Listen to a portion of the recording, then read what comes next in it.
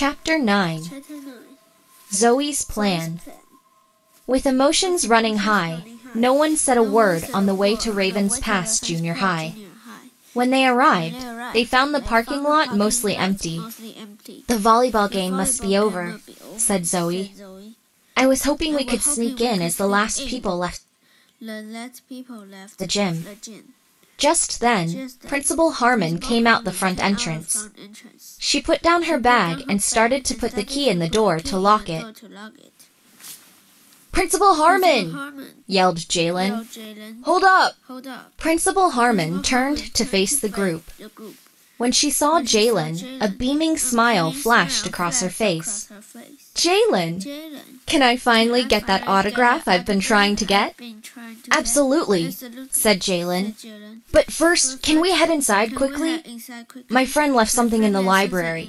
It will only take a few minutes. I promise. Then I'll sign anything you want."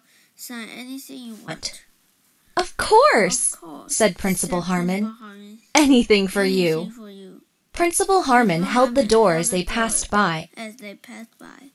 Once inside, Zoe turned to face Elsie. "We'll go to Mr. Dahlgren's room soon," she said. "We just need to go to the library first." Elsie sighed angrily and motioned with her hands to hurry up. Wishful thinking was still sitting on the library table where they had left it. When Zoe reached the book, she pulled the blue gem out of her pocket. "These wishes were a mistake," Zoe said quietly. "But I think I have a way to undo them. I wished that if we put our gems back into the cover, your wishes would be undone." "What are you talking about?" cried Elsie. "This wish has been amazing. I am at the top of the leaderboard. I have so many people watching my stream. Besides, my gem is back in my room." With her other hand, Zoe reached into her pocket and pulled out Elsie's green gem. "You stole my gem?" cried Elsie in a rage. Before she could say anything else, Zoe placed the gem on the table and pushed it toward Elsie. "All of you have to place the gems yourself," said Zoe. "I'm not going to trick any of you or force you to do it." "No way," said Elsie. "No way." "Look," Mia said. "I thought the wish was the best thing that ever happened to me. I was a superstar on the volleyball court, but the book takes your wish and makes it a curse. You have to see that." "I know last spot standing is important to you," Jalen said. "I get it. Being the center of attention meant the world to me, too. Until it was too much." "Jalen, you're not the best at something like me," snapped Elsie. "No one can beat me. Before the wish, I barely won a game. Now look at me. I'm not going to undo anything." Zoe took out her phone and brought up the camera. She mirrored it so it showed her own face and then held it out to Elsie. Yes, Zoe said. "Look at you. Look at what the wish has done to you, Elsie." Elsie snatched the phone with her left hand and peered at the screen.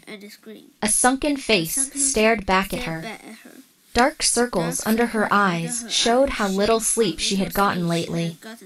Elsie turned her gaze to the dried blood on her fingertips.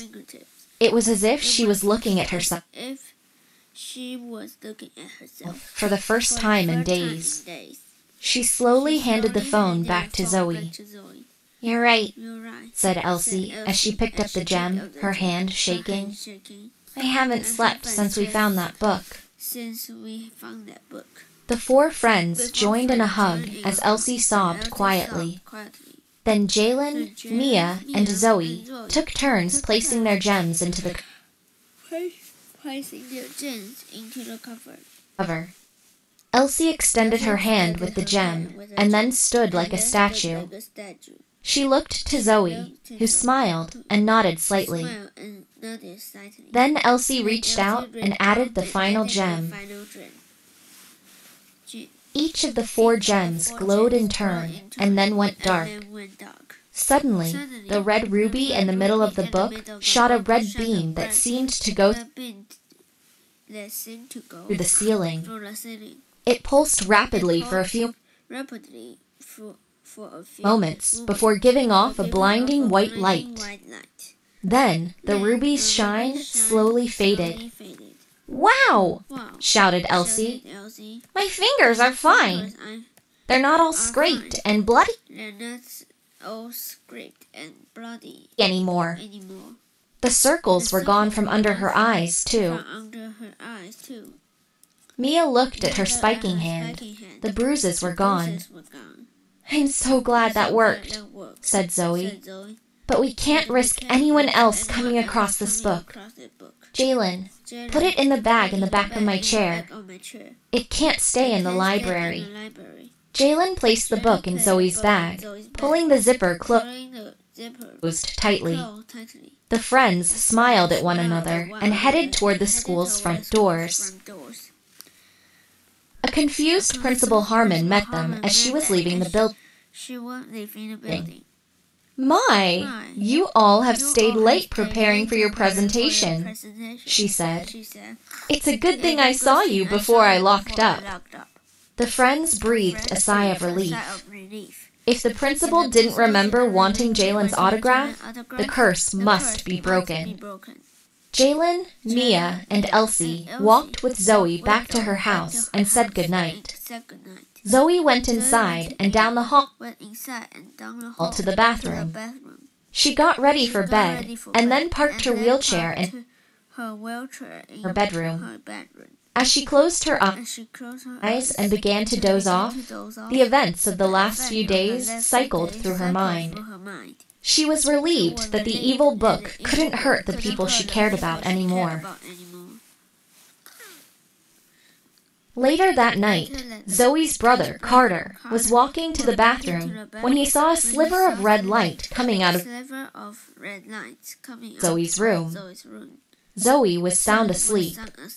Carter eased the door open and tiptoed to Zoe's wheelchair. Zoe didn't stir as he quietly unzipped the bag with the glowing red light inside. He reached in, and his hand ran over a leathery cover. He pulled wishful thinking out and gazed at the beautiful gems.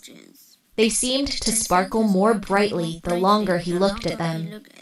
An awestruck smile came onto his face as he quietly returned to his own bedroom with the book clutched to his chest.